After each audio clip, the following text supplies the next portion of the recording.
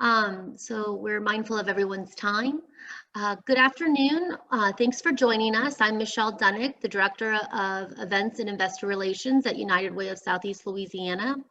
United Way of Southeast Louisiana, together with the Louisiana Hospitality Foundation and Entergy Corporation, are proud to support Phase 2 of the Hospitality Cares Pandemic Response Fund, which provides legal support and counseling services for hospitality industry professionals in partnership with Southeast Legal Services and Louisiana Center for Counseling and Education.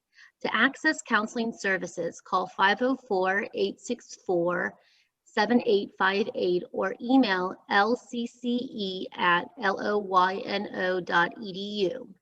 In addition to one-on-one legal aid, Southeast Legal Services also provides monthly online events, Know Your Rights, like today, to workers on hot legal topics.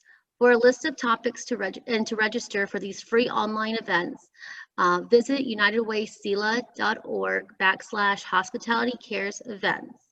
Thank you for joining us, and I'll now turn it over to the staff attorneys, Constance and Elizabeth at Southeast Louisiana Legal Services. Constance? Hi, thanks for the introduction, Michelle. We're very excited to be with you here today. My name's Constance. If you tuned in last month, you might be familiar with me. We did a unemployment Know Your Rights during COVID. You all had several housing questions. So we asked Miss Elizabeth Harvey, she's a housing attorney in our housing unit at Southeast Louisiana Legal Services, to come in and bring her expertise on those issues today. I'm going to turn the floor over to her shortly. The way this forum will go, Elizabeth is going to speak to you about current events, commonly asked questions, and impart her knowledge on you. And then should you have any questions, please put them in the Q&A and we'll address them at the end. And then I'll also throw up a few PowerPoint slides that will direct you to different legal aids or services if you have questions or you feel like you have a legal issue that you need help with. So again, I'm the Hospitality Fellow. We are co-partnered with Hospitality Foundation, United Way Southeast Louisiana, but we work directly for Southeast Louisiana Legal Services. I'm really excited I got that right the first time. But I'll turn it over to Elizabeth. Thank you guys for being here today. Hey, good afternoon, everyone. Again, Elizabeth Harvey. Thank you so much, Michelle and Constance. I'm real happy to be here today. I'm going to go through, I am a staff attorney at Southeast Louisiana Legal Services, and I'm in the housing unit specifically. So a lot of my time right now is dealing with a lot of the eviction issues, unfortunately. But today I want to do like a kind of a brief overview about Landlord Tenant Law, the eviction process, and some of the particular COVID-19 protections that are there right now. I'm hoping to leave enough time at the end for all y'all's questions. So I'll try to go through, I'm going to go through first and see if I can answer those through some of my material. But I'm sure y'all have a bunch of questions for me. But so let's get going. In Louisiana, we have our Landlord Tenant Law, as many of you would guess, is not very tenant friendly, right? So in Louisiana, we like to protect our property owners, and that's a lot of what our law is set up to do. So that means you have to be real, tenants have the extra burden of knowing their own rights. But there are some rights that we really should know as tenants and be aware of and hopefully invoke. So just kind of some basic landlord tenant law overview. In Louisiana, you can have a written lease, you can have a verbal lease. Verbal leases are allowed. Typically, they're going to be a 30-day lease if it's a verbal lease, typically. But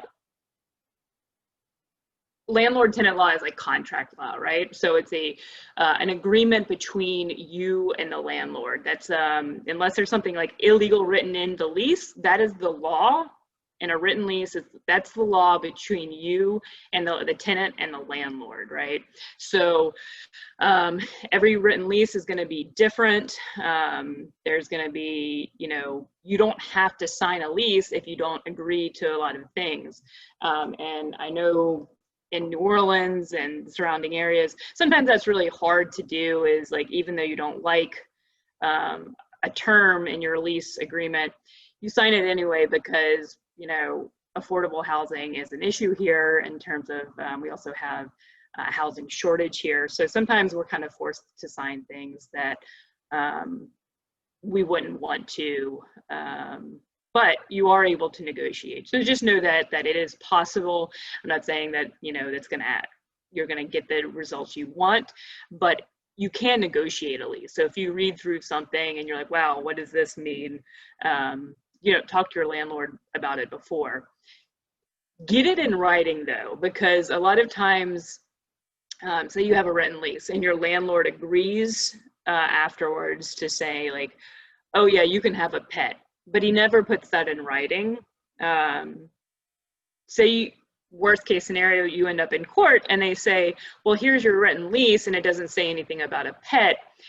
Even though the landlord told you that, it's going to be hard to prove in court, right? So I like to, you know, I do some trainings with some youth, and the big thing I always say is put it in writing. Put it in writing. You've got to make a paper trail for yourself. That's, you know, kind of a basic for a lot of things, but especially when dealing with landlords, because a lot of relationships start out great, right? And then something happens, and you know, things go south. So just try to protect yourself and putting stuff in writing. Even if you have a phone conversation with your landlord, follow up with a text or email, say, hey, just wanted to follow up. This is what we talked about today. You don't need a response, but that just kind of gives you a little bit of protection should you ever need. You take pictures of everything, right? When you move into a house, you go through and you take pictures, you put them in the cloud, and you store them if you ever need, for when, you know, possibly you move out and the landlord wants to claim damage. You can go back and say, no, this was like this before I moved in. So anyway, that's just landlord tenant stuff is contractual, right?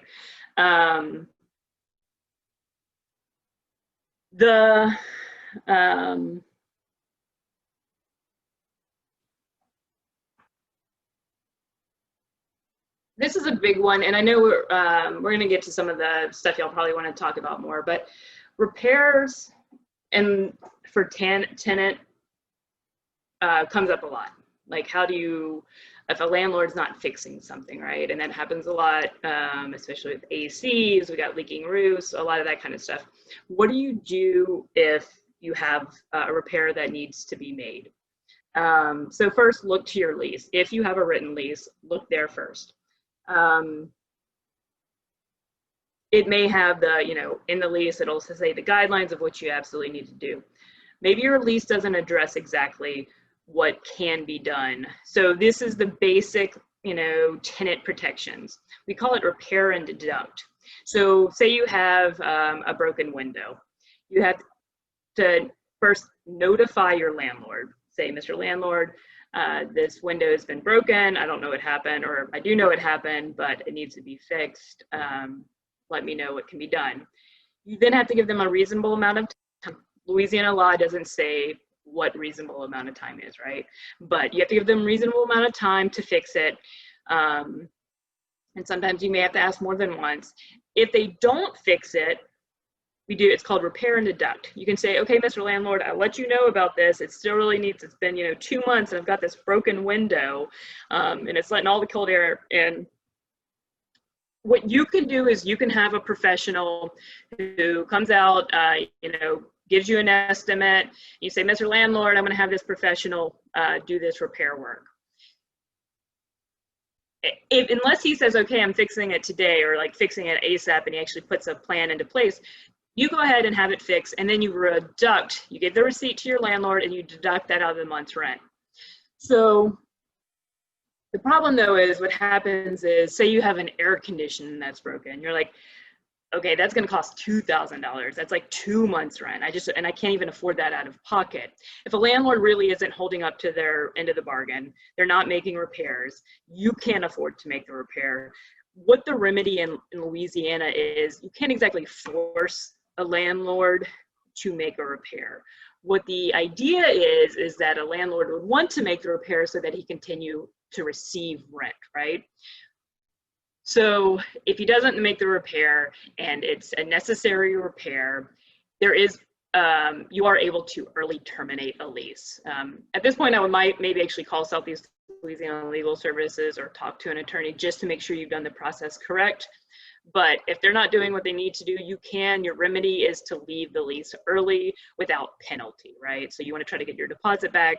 You can't just like pick up and leave because he's, not fixing things. There is a process to do that. But a big thing in Louisiana, or a lot of tenants think, is that you can withhold your rent because the landlord's not fixing things. That does happen in other states. In Louisiana, we cannot do that, okay? You can't withhold your rent. The law just really isn't good here. A lot of attorneys like at our office are trying to change that, but as of right now, you can't really withhold a rent to force a landlord to fix something, okay? So just know that. I know that's an easy, that seems like a logical, fair thing to do, but in most courts, it's not gonna hold up. So you still owe rent even if they're not fixing things. It's either repair and deduct is one option, or early terminate your lease if the landlord really is refusing to fix things that need to be fixed, okay? So that's just a little quick, what happens when you have repairs and the landlord's not fixing.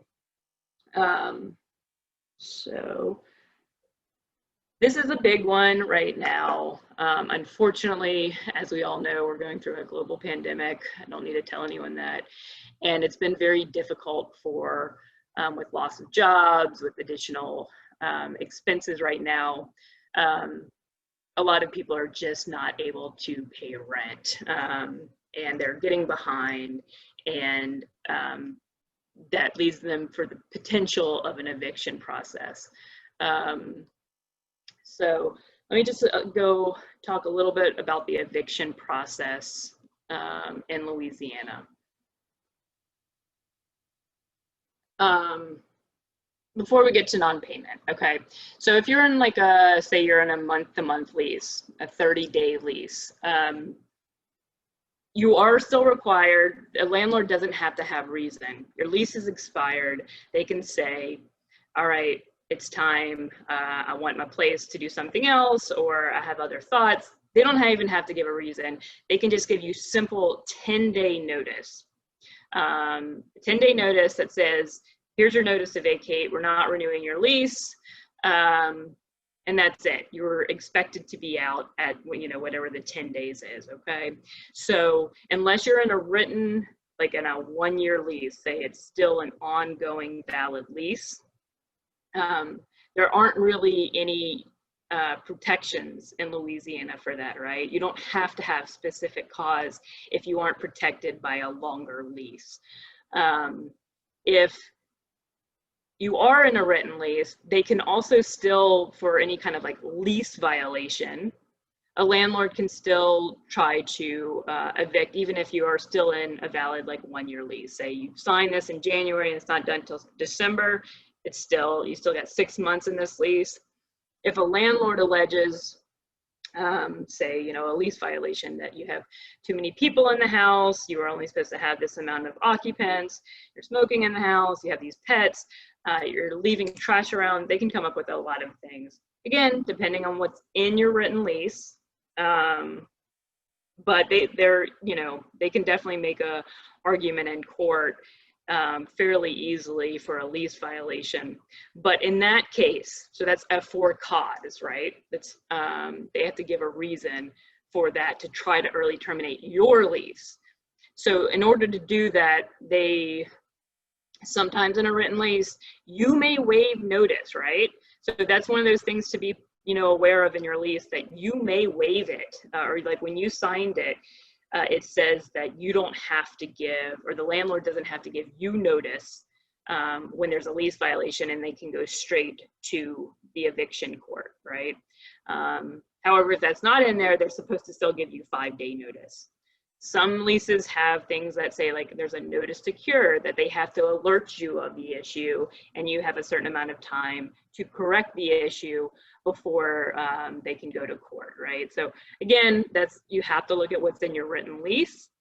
If there's not in there, there is supposed to be some sort of notice, either 10-day for no cause, potentially 5 days for, if they have cause before they go to court, right? So if they go to court,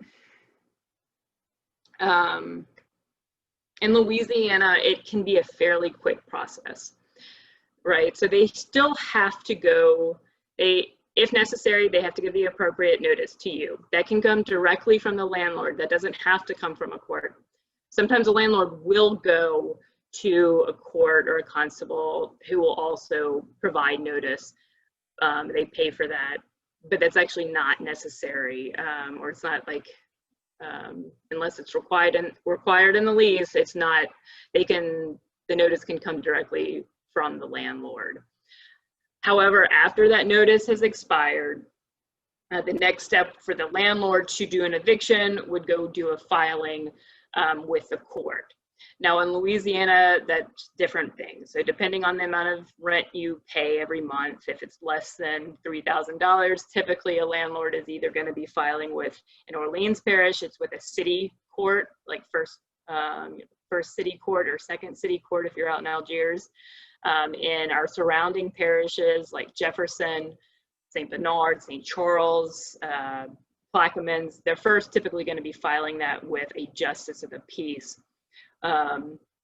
Which can be frustrating because a lot of, in Louisiana, justice of the peace courts, you don't even have to be an attorney to be a justice of the peace. So not blanket making a blanket statement, but a lot of times as justice of the peace don't know law that well, which can be a little scary.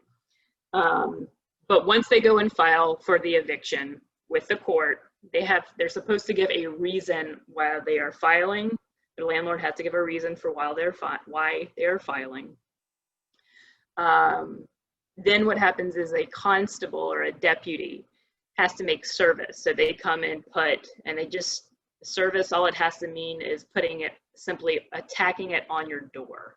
They don't have to knock, you don't have to personally deliver it. They can just put it on the person's door of the correct address, and that counts as service for an eviction filing. They have to, once it's tacked, it can happen in as quickly as 72 hours. You're supposed to have at least 72 hours from the time you're given service to the time that you're supposed to appear for a hearing, right? Now that varies. I think there was a question about, like, is that changed by parish to parish? It just depends on how busy either the justice of the peace or the judge's own docket is. So it is very possible, especially in the smaller parishes or where we have justice of the peace, that it's only 72 hours after you get notice that you have to appear in front of a judge. In Orleans right now, because it's a particularly busy time and it's the holidays, right now I believe if you went and a landlord filed for an eviction, it's unlikely that a hearing would be until sometime in January. So that again just depends on how busy a docket is and what area you're in. But at minimum, it has to be 72 hours, but that does happen, frequently in some of our smaller parishes. So after that, you go to a hearing. The only stuff that you're supposed to, that a landlord says, okay, this is about non-payment. When you get to court, you're only supposed to be talking about, and he put that on the petition, the only thing that you're talking about then in court is supposed to be narrowed to that specific issue. If they go into a lot of other things that they say, oh no, well, it's non-payment, but also he has 10 dogs or he has 3 motorcycles parked there, and I never said he could have 3 motorcycles. It's important to this is why this stuff is important to maybe talk to an attorney before, because an attorney will know that all that other stuff, even if it's true or not, it's not relevant to the specific hearing. The landlord had to essentially give you notice of what the eviction and the reason was that he's filing, right? So at court, these hearings, are incredibly fast. They can last, you know, only 5 to 10 minutes. They can, of course, last longer. They're called, you know, they are called trials, but the court or the rules of things like evidence and that stuff is relaxed. So going to these things as an attorney, you'd be like, well, wow, this is all hearsay. But a lot of that stuff gets allowed and is admissible in these court hearings. And a lot of these judges, you know, again, not knowing the law, you really kind of have to educate the judges sometimes on that. But that can be a pretty fair, like a pretty quick hearing, and in a good and bad way, I think, you know, typically to the detriment of a tenant. But if a tenant loses, if the judge grants the eviction, the judge does have the ability, Louisiana law allows them to say you have 24 hours to vacate after that. Not all judges do that. We believe they have a bit of discretion, but it really is dependent upon the judge. If a person is not out, you know, say the judge gave them 24 hours. If a tenant doesn't leave in those 24 hours, the landlord then has to come back to the court and file, and it's called different things in different places, but it's like a writ of possession, essentially saying, here's the court order, this person didn't move out, now constable or Mr. Deputy, come out and have the person removed. And again, that can happen within 24 hours if a landlord, or again, depending on the place, they do it. So the whole process for, depending on if your notice, if it's allowed to get waived, but just like the eviction hearing, it could happen in a week and a half, at the worst, about a week's time. So it is very scary in a sense for a lot of tenants because you just don't have a lot of protections.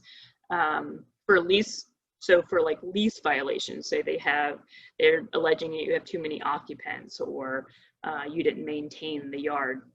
You get to respond to those things, and often we are, you know, especially if you have an attorney,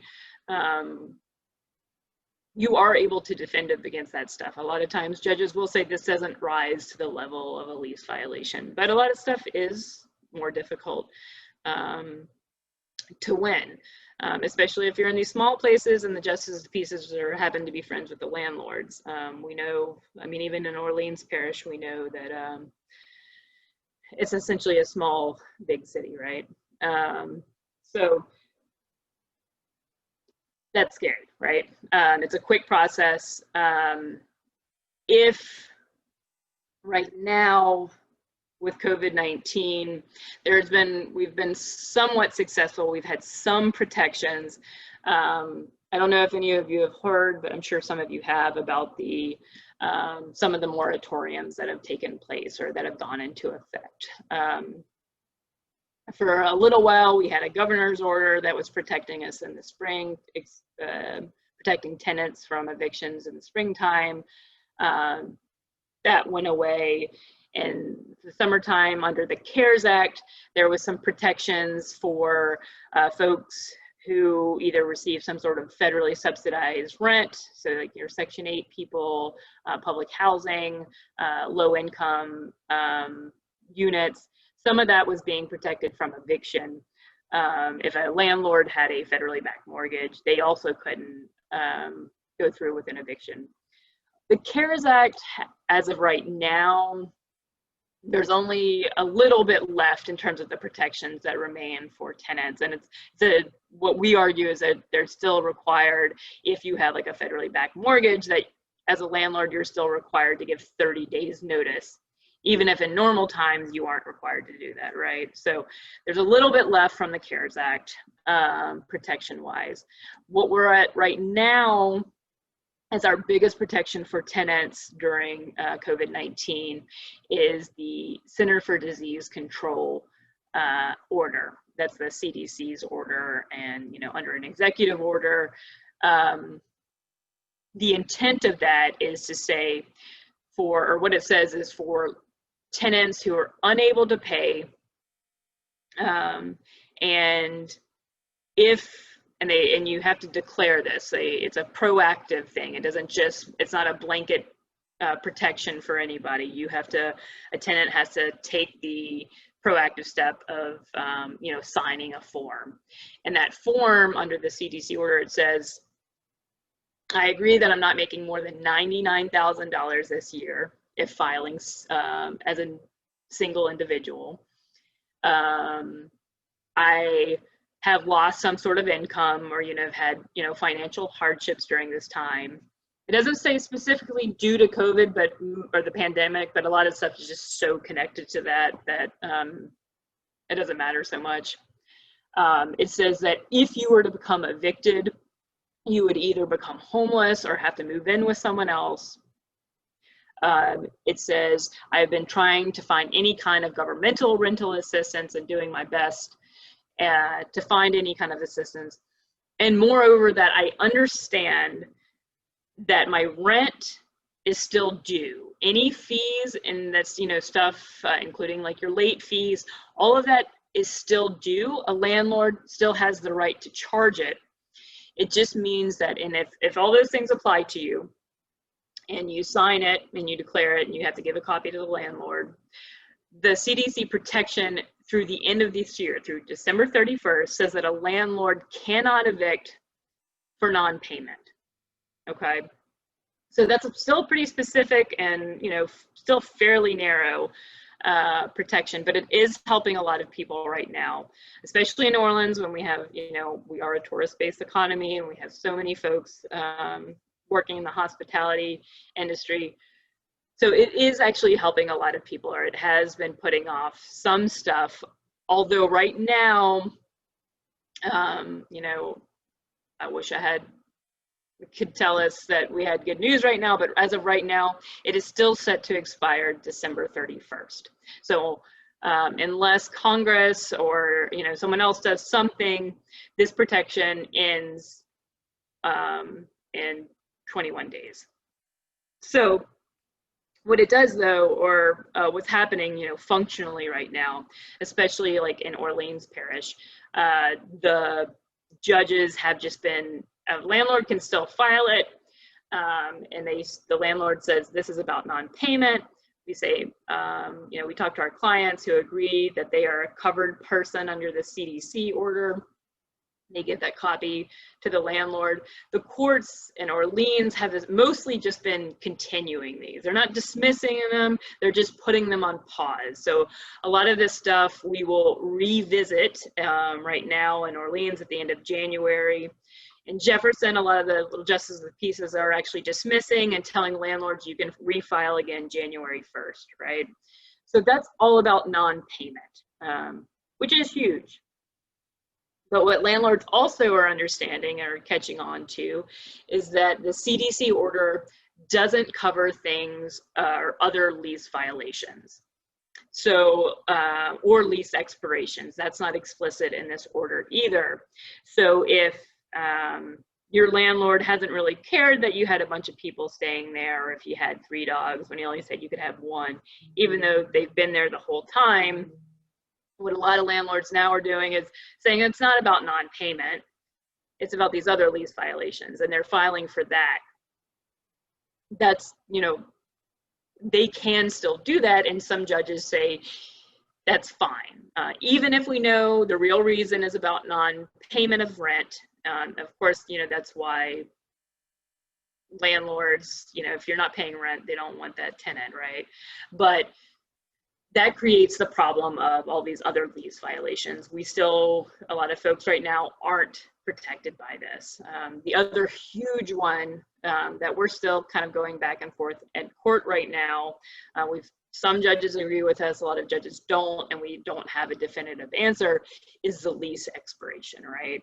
And so, like myself, a lot of us are in the 30-day lease. Like we may have originally signed a 1-year lease when we first moved in, and then the landlords kind of purposely don't renew them. It automatically renews, and it's a 30-day lease at that point. So the written lease still applies, but in terms of the length of the lease, the length of the term, it has become a 30-day lease, right? So at this point, and unless something in your written lease says differently, all our landlords, for those of us who are in this 30-day month to month, all they have to give us is 10 days. 10-day notice, and then we're out. They could then go file, even right now, and say, this eviction is for lease expiration, and I'm just not renewing it. So even though we are very much saying, Mr. Judge, my client has availed themselves of the CDC declaration, clearly this is about non-payment. The landlord's been trying, my client is behind multiple months. That's where we're having mixed results. Some judges are just saying, no, this is lease expiration. That's all we're here today to talk about. It doesn't matter. You don't need, back to this, no cause, like we don't have to have a reason when it's just lease expiration. So that's a big loophole that's very scary right now. We've had somewhat success, but also not across the board. So anyway, just a lot of people think, oh, well, there's just an eviction moratorium. It's not that simple. And people hear that and they say, oh, I don't have to pay rent. It's also not that simple. A tenant is still on the hook for rent. They can still charge the late fees. This CDC order, what we have in place right now, our best protection, is only through the end of this year currently, right? So we don't know what's going to happen with it. And it only protects, for the most part, against on non-payment of rent or those types of evictions. So that's kind of the eviction process. It can be very quick. It really is good if you can reach out. We are free legal aid for those who qualify, and a lot of people are going to qualify, especially if you have no income right now or very limited income. So it really is good to contact Southeast Louisiana Legal Services or talk to someone who kind of knows what's currently happening in the courts to help guide you through this stuff if this does become an issue. Let me switch a little bit over to fair housing, and just talk a little bit about disability rights. So in 1968, they passed a Fair Housing Act, and it was amended, I believe, 20 years later in 1988 to include persons with disabilities and persons with children. The Fair Housing Act prohibits discrimination in housing, including sales, rental, mortgage, lending, advertising, and retaliation against anyone who exercises their fair housing rights. So the fair housing, it protects people, including, your race doesn't matter, color, national origin, religion, and sex. Some local laws may cover additional categories such as age or sexual orientation. That's going to depend on each jurisdiction. So we have this thing called, it's called reasonable accommodations. And if a tenant is facing an obstacle to accessing or maintaining housing because of a disability, they may request a reasonable accommodation. And a reasonable accommodation is a change in a rule, policy, practice, or service that is necessary to allow a person with a disability equal opportunity to use and enjoy a dwelling. Tenants with disability rarely use the words a reasonable accommodation, right? Because that's just a legal term when asking for a change. And there's the question of when must a housing provider grant a grant a reasonable accommodation. And it's two things. When a person with a disability makes a request that is both necessary and reasonable, a provider must grant the accommodation. And just a couple examples of some reasonable accommodations for if you're doing with a private landlord. for instance. Allowing late payments of rent if disability payments received after the due date for the tenant portion. Allowing emotional support or service animals. Adding live-in aides to the lease. Early terminations without penalty. Working with tenant to prevent eviction if lease violations are related to the disability. So those are some examples if you have like a private landlord. When it comes to like public housing or another subsidy administrator like a Section 8 or something, there are additional kind of rules as to that, or help, including like transfer from one unit to another that is quieter, larger, has fewer steps, getting a live-in aide whose income will not count towards your certification, financial certification, additional time to comply with annual recertification or other deadlines, doing interviews by phone, third-party assistance to comply with occupancy, approval of a relative's unit for occupancy, and exception pay standard. So that just, those are just kind of some examples. So just kind of be aware that, if yourself or your friends or family have a disability, there are some additional rights, or just actually equal rights. So just be aware that, some accommodations can be made if they are both reasonable and necessary for disabled folks. And there is, there is like a letter that you have to give to your landlord for the reasonable accommodation. We can help you find that information, but it is also like on the, in Orleans on the Civil District Court website, there's also, letters there and templates you can get. But Southeast Louisiana Legal Services can definitely help you find that. Sorry, I just wanted to touch base on that. Rental assistance, I know a lot of folks are looking for rental assistance right now, utility assistance. As you all know, it's very difficult. We've been able to find some folks some rental assistance, and then we find something new and we're able to get a little bit of help, and then that dries up real quick. But ourselves and United Way are also always just good to touch base with if you are looking for something. Perhaps something has come up and we can find that for you. But I think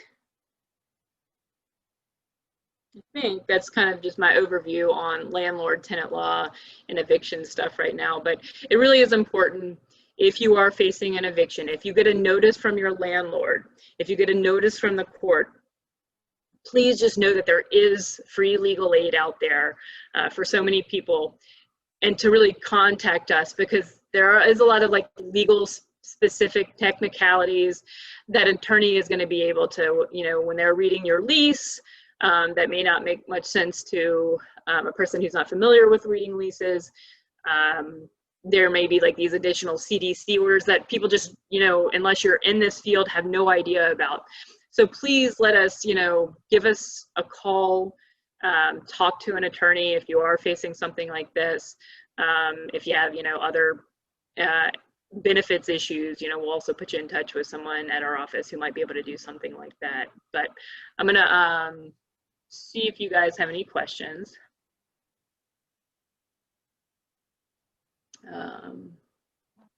Let's see.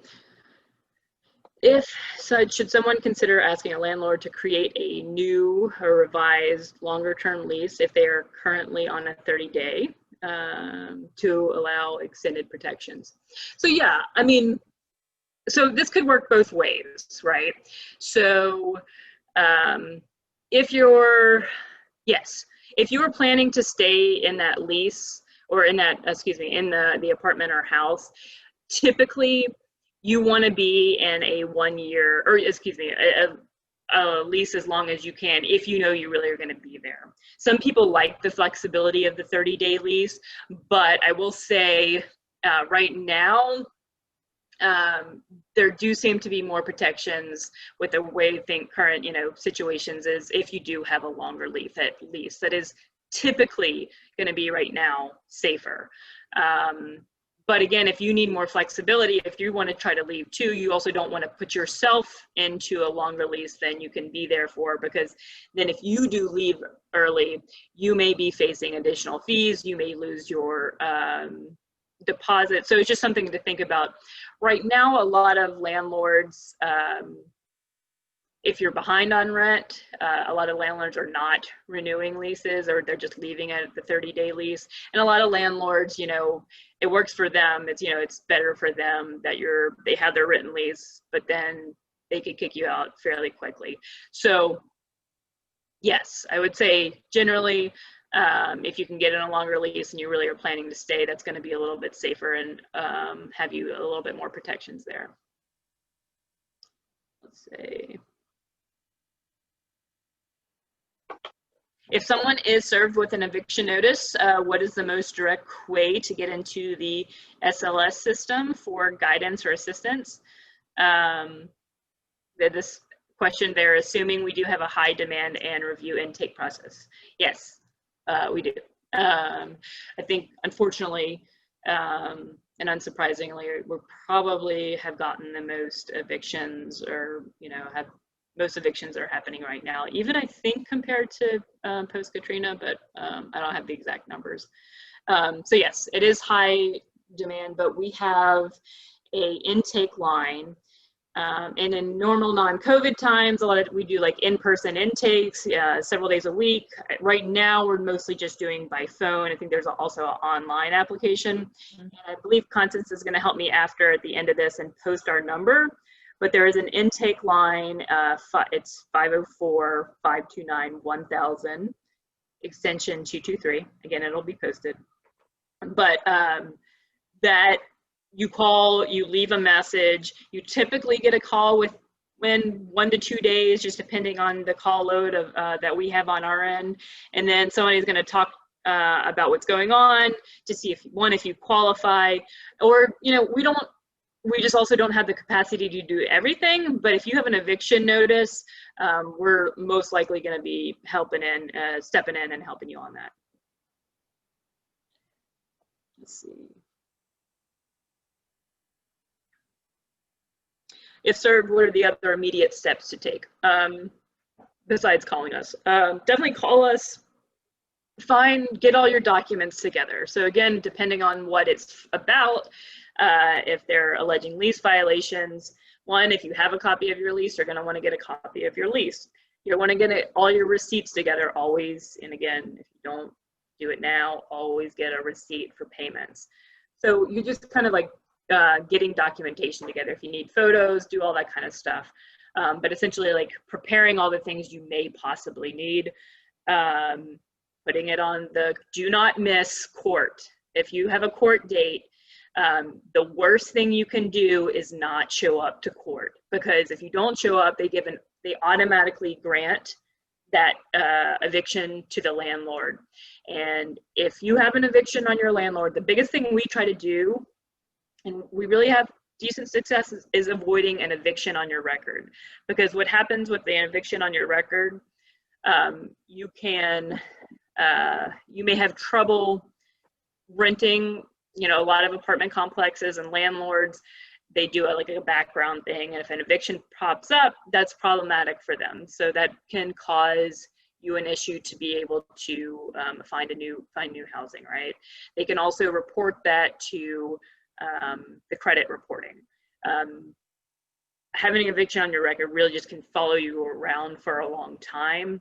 So that's what an attorney at our office is really going to try to prevent. We can maybe do a consent agreements, even if you end up vacating.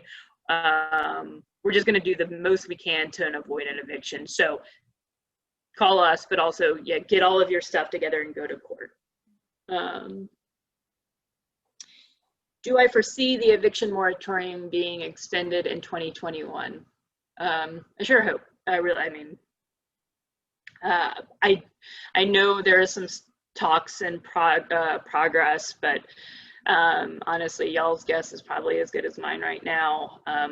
I would really hope so. I think there's got to be something, I think, with the new administration, but the problem is January, what happens in January. So we're really hoping a lot of people don't fall through the crack. If there is no protections extended, you know, our office does a lot of advocacy with both, you know, all our local government offices too, you know, the mayor's office, the governor, so, and the court. So we tried there as well, but yeah, there are no guarantees at this point. But we are hoping something will come into effect.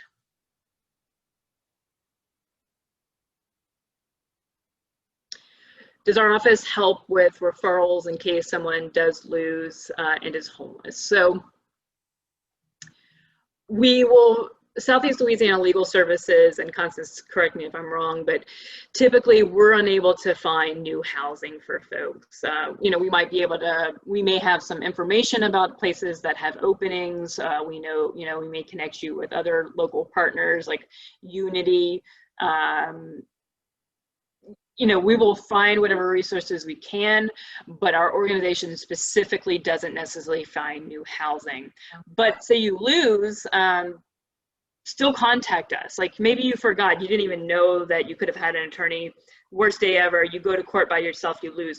Contact us. Maybe there was something you missed. We can possibly appeal.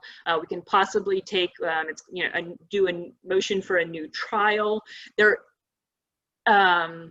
We just don't know, and you know, there's no blank or, you know, easy answer. But don't just give up, even if worse happens to come, something happened. Contact us. Maybe there's something else we can do. Let's see. When reviewing grant applications, applicants were required to submit proof of residency. Many hospitality workers did not have proof of residency as they pay their landlord in cash. They don't have a lease, their name is not on the lease, etc. What are your recommendations establishing residency for grant programs and governmental assistance programs? So, I know this doesn't help right at this moment, or, you know, like this question. Please get receipts. Even if you're paying in cash, please get a receipt. You know, even if you can say text your landlord, email your landlord and say, Mr. Landlord, can you please just send me verification that I live at, you know, 2200 Burgundy, and that I've, you know, that I've paid you cash. You can go back and try to get a receipt. Verbal leases still are, you know, you can still have a verbal lease in Louisiana. Just get some sort of written authorization from your landlord. Just another, just kind of like side note, try to avoid cash if you can. Use the Cash apps, use Venmo, make an easy digital record for yourself. That's just kind of going forward. But yeah, if you don't have a written lease, that's okay. Get something from your landlord saying that you live there and pay rent. I don't know if Constance has any other suggestions. No, a paper trail is the best way to go. There was a couple questions prior to the meeting today. I think you went over them, but I just wanted to reiterate them to be sure we covered all our bases. Can late fees be assessed during this time? They can.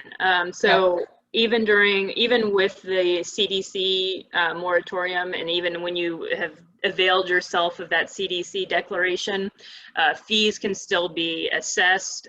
All of the, you know, late fees, all of that stuff, and it does still add up. What we are suggesting, if people are able, is to get on a payment plan. So you talk to your landlord and you say, I can pay $200 this week, I'll pay you $100 next week. If you're able to do that, that really is huge, because you're still on the hook for all of that money. You know, obviously, if you have a $5,000 balance, it may not make much of a difference. You may want to consider vacating anyway. But huge thing is, if you can, you know, don't sign a whole nother like written lease essentially, because you may not know when your funds, as we know, if things are going to get closed down again. You just don't know about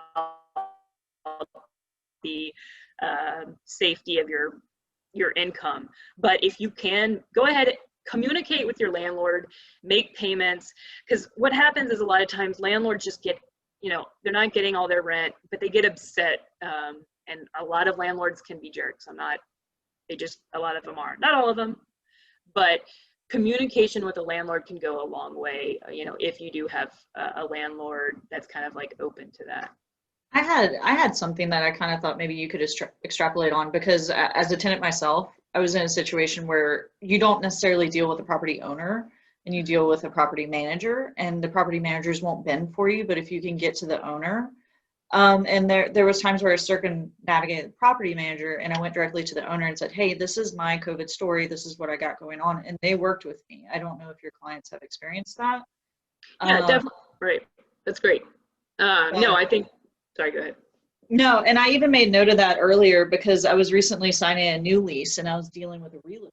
And I asked her, like, I read the lease and I told her I wanted to make these adjustments. And she told me we couldn't make adjustments. And I said, well, you're not signing the lease. I'm signing the lease with the property owner. And I needed to talk to him about adjustments. And he was more than happy to make those adjustments. So I would just want to encourage people to not take the first answer you get and ask questions, because I think sometimes, like, property managers they have hard and fast rules, but I'm sure you can speak to it better. No, that's absolutely right. I mentioned a little bit, like, negotiation is, you can do it. A landlord can definitely say no, but especially in these difficult times, always, what a landlord's usually biggest thing that they want is money, right? So you do have some leverage. If you can make, even if it's not the full amount, if you can, talk to them about that, tell them what's going on. Like Constance says, I think some landlords really, they still have hearts, but they don't know what's going on. They get frustrated with tenants who are under incredible stress and, going through awful things. But when a lot of times what happens with tenants is they feel like they can't talk to anyone and they just like stop and just shut down. A lot of times, and understandably, that can really kind of hurt a person, because landlords get frustrated. They're like, they're not telling me anything. I haven't seen them, so I filed all this stuff. So if we can, it's always good if you can, we don't want to get to the eviction process. Yeah. Like, if you can do whatever you can to kind of like calm everybody down, tell them what's going on, that can go a long way. I think the documentation that you said is really important too, because I made sure to do that when I was given a rent break, because I was wrapping up law school when COVID hit.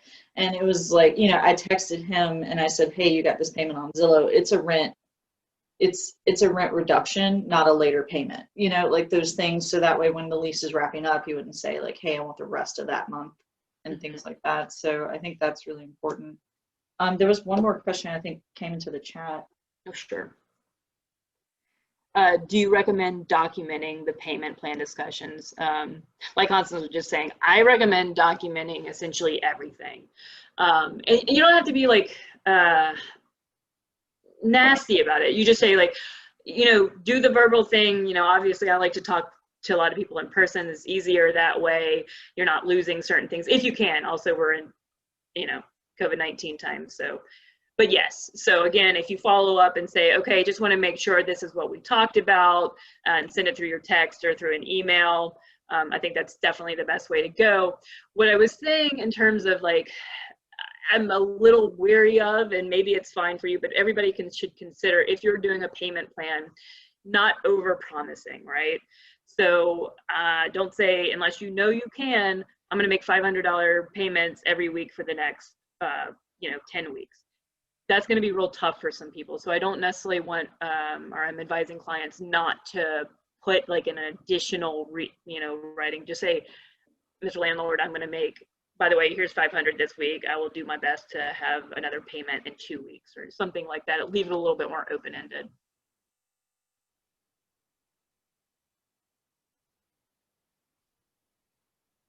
Well, if that wraps up questions, I guess this was helpful for me. Thank you, Elizabeth. Yeah, no, same. I'm a tenant myself for a long time, and I know that when I came into the housing, I was like, oh, why didn't I know these things before? Everybody, and we just have a lot of renters, and I wish we knew some basic stuff. But please, even if you just need some basic information, I went through too quickly and I was just rambling right there, call our office. Yeah. Before we sign off, I can do this right now. I was planning on sharing my screen, and I have a quick PowerPoint with information, and I know Michelle's recording, so don't feel like you have to scramble to write this down. You will be able to review it. Let me see if I can screen share here. Share, and this is just a brief PowerPoint with information. I'll go over it really quick with you. So again, Elizabeth and I are with Southeast Louisiana Legal Services. She's in the housing unit. I'm the hospitality fellow. I work directly with the Hospitality Foundation, and Michelle here with United Way Southeast Louisiana. And then just for some legal aids, Elizabeth pinged on a few of these, and these are how you get to these legal directories. So there's a LouisianaLawHelp.org is kind of just an online legal directory. If you don't know what your legal matter is and you're just starting from scratch, it's a good place to go online. If you're looking for free legal aid based on a service area, and say if you're not in Orleans Parish or one of our service parish areas, or you want to figure out who can serve your parish, free legal aid. This is a great user-friendly website. I highly recommend going through it because it'll help you navigate not only your legal issue, but who can help you. And say you apply for legal aid and you don't meet the income eligibility standards, or there's a conflict and we can't help you. Louisiana State Bar Association, third on my list here, they have modest means attorneys, which can assist you at a lower rate. And then if you have a quick legal answer like you did today and you need to ping it off an attorney, we highly recommend using quick answers. And again, this is going to be shared and recorded, so don't scramble to write it down. You will have access to this information.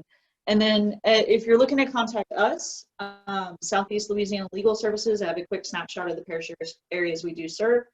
Our intake website is SLLS.org. Under Get Help is where you start that process.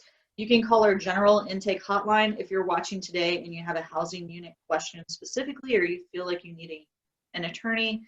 Elizabeth shared this number, but just for reiteration, 504-529-1000, extension 223. And then we also have a Southeast Louisiana Legal Services blog that puts up a lot of good information like we did today in blog format. And lastly, we always like to encourage people. We know this is a stressful time, especially since the moratoriums are coming to an end, benefits are coming to an end. 2020 has been the year of what's next, and we're stressed. Keeping calm during COVID-19, it's a 24-hour helpline if you need to talk to a licensed professional, someone to calm you down, walk you through it, because this has been hard on all of us, and we're experiencing it together, so we just want to make that readily available. And then next month, we're hoping you join us, and we're very hopeful that there will be new laws and there will be new relief. And with this new administration, we'll have to wait and see. So as these things roll out, benefits in, and then new laws come in, we plan on teasing this out and then trying to create a user-friendly way of, hey, this is how the new relief works. Should there be new relief, and hopefully there will be. And we also want to explain this is the next steps in the process. But again, if you have any questions, please throw them up in the chat or get in touch with us and let us know how to serve you and what legal persons you want to talk to. Because last month when we were speaking to you about unemployment, you were like, there's a housing demand, and we brought Elizabeth in, and it was very helpful. So let us know what attorneys you need, and we will procure them and do our best to make meaningful webinars for you that break this stuff down, because it's stressful. So our next webinar is going to be a Know Your Rights, featuring new laws and hopefully new relief. And you can follow United Way Southeast Louisiana on Facebook. They share the information and how to log in and how to join. I'm sure Michelle's going to go over this with you, but the next webinar is going to be January 14th. And that concludes my part. And I really appreciate you, Elizabeth. I begged you to come on, and you're more than willing. So thank you. Yeah, thank y'all. And keep the faith. Stay strong. Yeah. Well, thank you, Constance, and thank you, Elizabeth. Constance, you hit it. Thank you so much for promoting next month's Know Your Rights webinar. We're going to have these webinars throughout 2021 as well, so please check out our webpage at unitedwaysela.org/hospitality cares events. And I hope everybody has a wonderful holiday season. We'll see you in the new year. Fingers Yeah, crossed. happy holidays. Bye, y'all.